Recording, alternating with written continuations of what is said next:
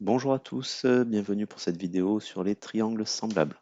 Alors, première approche sur les triangles semblables, j'ai construit ici deux triangles déterminés par leurs angles. Donc, ils ont des angles identiques. Euh, j'ai utilisé ici des curseurs pour les déterminer. Un angle de 100, un angle de 100, un angle de 42, un angle de 42, un angle de 38, un angle de 38. Si on regarde maintenant les longueurs de ces triangles, on remarque que le côté de 8 eh bien, mesure le double du côté de 4. On peut faire la vérification pour les autres côtés. Si je prends 3,68 que je multiplie par 2, j'obtiens 7,36.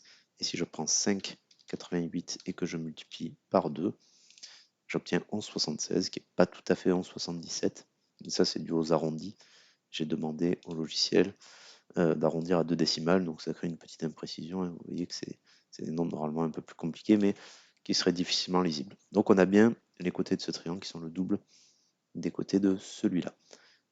Si je décide de modifier la taille de celui-ci, donc on voit que sa forme par contre reste identique puisqu'il est défini par ses angles.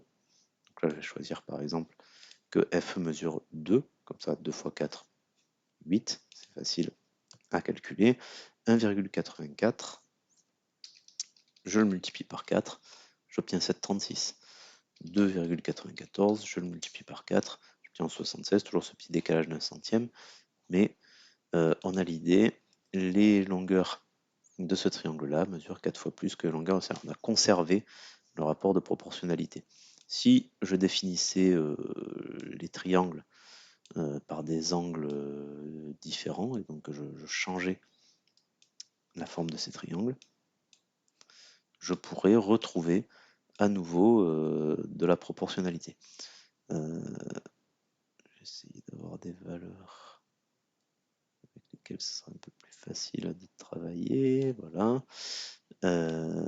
Et pour celui-ci,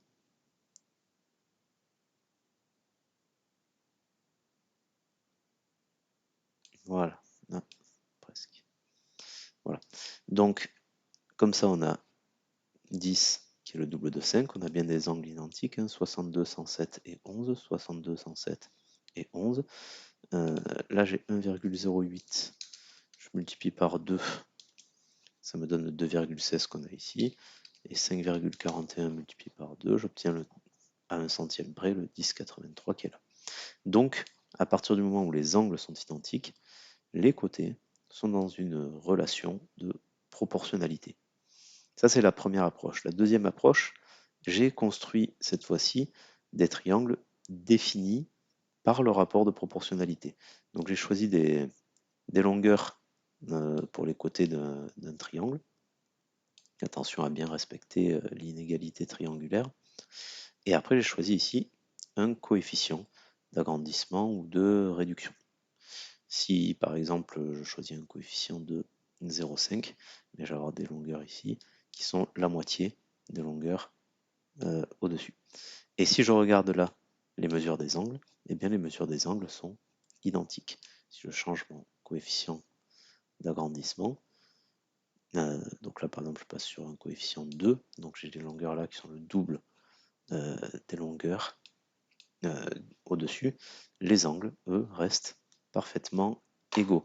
Donc ça marche si je change les longueurs de mon triangle